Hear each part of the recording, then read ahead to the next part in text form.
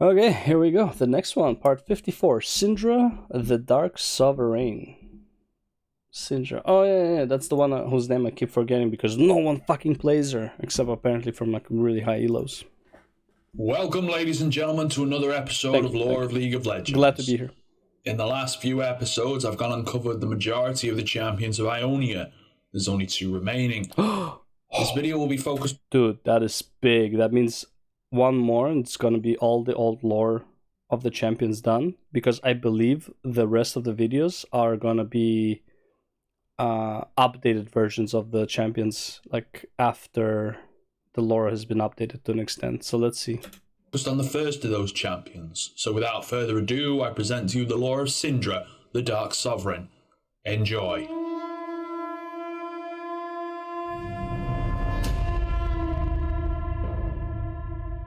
Ionia is known as a tranquil, peaceful place. Its citizens crave balance and peace in their lives.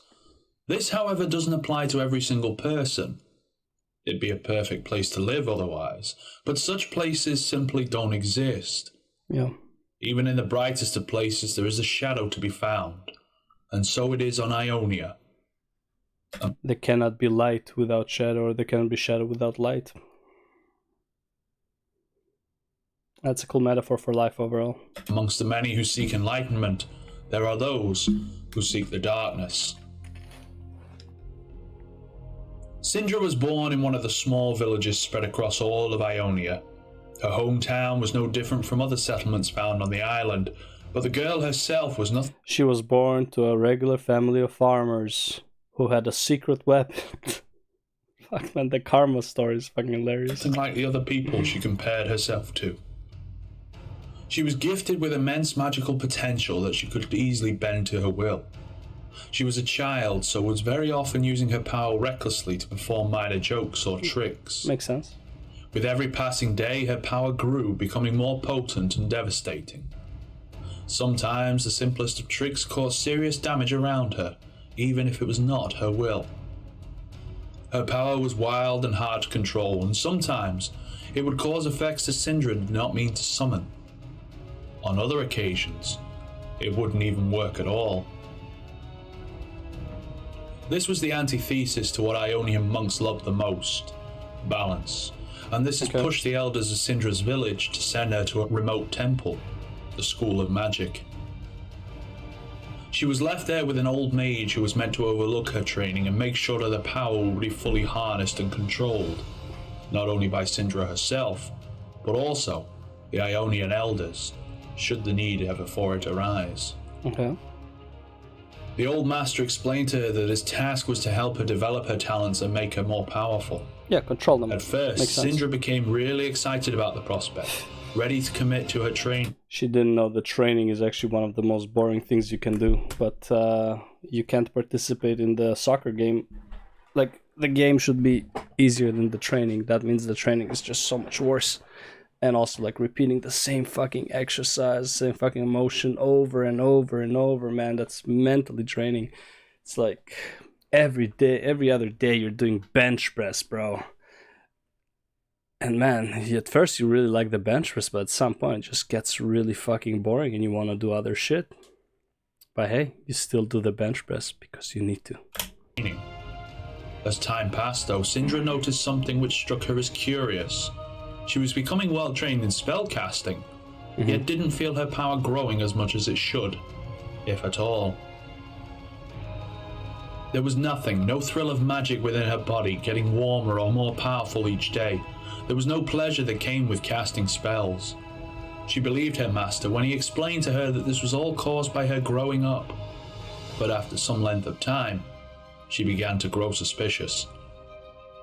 Oh, were they making so that she loses power rather than gaining it?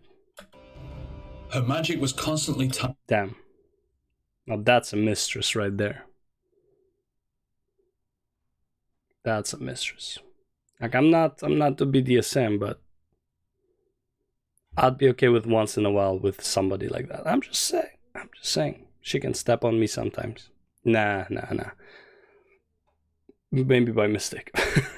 tied to one level, like something or someone had suppressed and caged it. Her frustration grew to the point where she finally stood up to her mentor, demanding an explanation. Reluctant at first, he finally revealed that he'd been dampening Syndra's magic to make it safer for those surrounding the young sorceress. Fair enough. He told her of the decisions the elders had made to make Syndra suitable for Ionian society. Oh, but it's like, isn't it also a thing where it's like, so for example, you have too much power. This is like in animes and mangas and stuff like that, where it's like the hero or whatever has too much power, so they can't control it. So they put a seal on that power until further on where they can have better control of it. And the person is training with limited power. And with that limited power, if you become stronger and better at controlling it, you can unleash more and more power to the point where it's like, no matter how great your power is, you can control it. Like the power can't go out of control. I think that's not a bad way to train if you're born with like, you know, something like that. Kind of like take Naruto, right? Where he couldn't control his nine-tailed power, but then eventually he could. And like, but because he was training with a sealed power, how much more exponentially stronger he became, kind of thing. Versus if the power just took control over him, like when, for example, his tail started like spreading. The first time, for example, when Naruto lost control over himself, but I think it was the fight against Pain, right? Where he completely like fucking went berserk. Was it Pain? No. Orochimaru, I think, right? Where he where he literally started turning into the nine-tailed fox and like it ruined his skin. Yeah, that was what's it called? That was Orochimaru. But even then, it's like obviously it wasn't like all of the nine tails released. When was the first time he released all of his nine tails? I think it was still the fight against Pain. Was it Pain? I think it was Pain, and then the ghost of his dad that was locked inside of a man. I'm getting teary-eyed from thinking about it. Such a good episode. The ghost of his father like kind of like resealed it back up because like the seal completely came loose, and his father resealed it back in the inside of him. But it's like, you know for sure he wasn't as strong. Even though the nine-tailed took power, he wasn't as strong as he was when he was able to control that power. Anyways, that's enough nostalgia, man. That's such a good show. Ah, man, such good character development in that. So good. She didn't like it one single bit. Enraged, she advanced on her old mentor, calling him a traitor and demanding that he lift the spells that had been restricting her full potential. He tried to talk his way out of the situation, but for Syndra, the time was talking was over. Impatient She child. didn't listen to his words, and seeing that, the old mage threatened to cut her off from her magic completely. This was more than enough for Syndra. Yeah, you don't She threaten summoned her power somebody. before. You don't threaten somebody who's enraged. I mean, it's the dumbest thing you can do. It's like, just out of their rage, they'll just fight back. Her mentor could react and dash the old man against the wall, killing him on impact. Bitch. Syndra watched as his corpse fell lifeless to the floor. She felt a rush of unbound wild magic cross into her body for the first time in years. It was exciting, it was thrilling, and combined with the extreme emotions that the newest discovery had caused, it was dangerous. Yep. Syndra did not want to return to the society that had rejected her previously. She focused, gathering all the magic she could, and let loose enough power to cause a small earthquake that could be felt all across Ionia. I feel like they didn't do anything wrong, really. I mean, they should have explained it better, but like, I really don't think they could have done anything wrong. You have so much power, and it's like, especially when you're a kid, right? You can't control that shit. Or like, you're emotionally unstable as a kid, you know? It's like your emotions like run fucking crazy haywire here and there. It's like, the last thing you want is somebody like that having too much power. So like, nerfing it down and having the person learn to control themselves and the power, I think it's just the smart thing to do. I think the teacher should have explained to her that's what they were doing, but instead he caused Syndra to go fucking haywire and just fucking full-on menace. Not only that, but it also tore her former prison. But again, the fuck do they know about human psychology and shit in this world, right? It's like, it's not like they have shrinks. Where she was kept, out from the ground. As far as I know. Slowly it rose up, hanging amongst the clouds over Ionia. There, Syndra was free to master her art with no boundaries and no teachers who would restrain her training in any way. She was free to do anything she wanted, and it wasn't something she would miss. Yeah. unrestrained. She wants to fully control her magical potential and use it against those who enslaved her, the Ionian elders. Okay, like, didn't enslave her. But they shackled her. I wouldn't say they enslaved her. But they wouldn't be her only targets. Anyone who could even think of controlling Syndra once again was a target as well. It wasn't long before Syndra started looking for a proving grounds for her skills. Bro.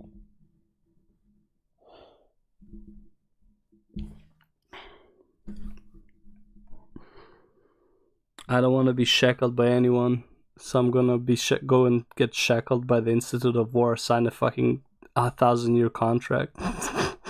Oh my god, bro.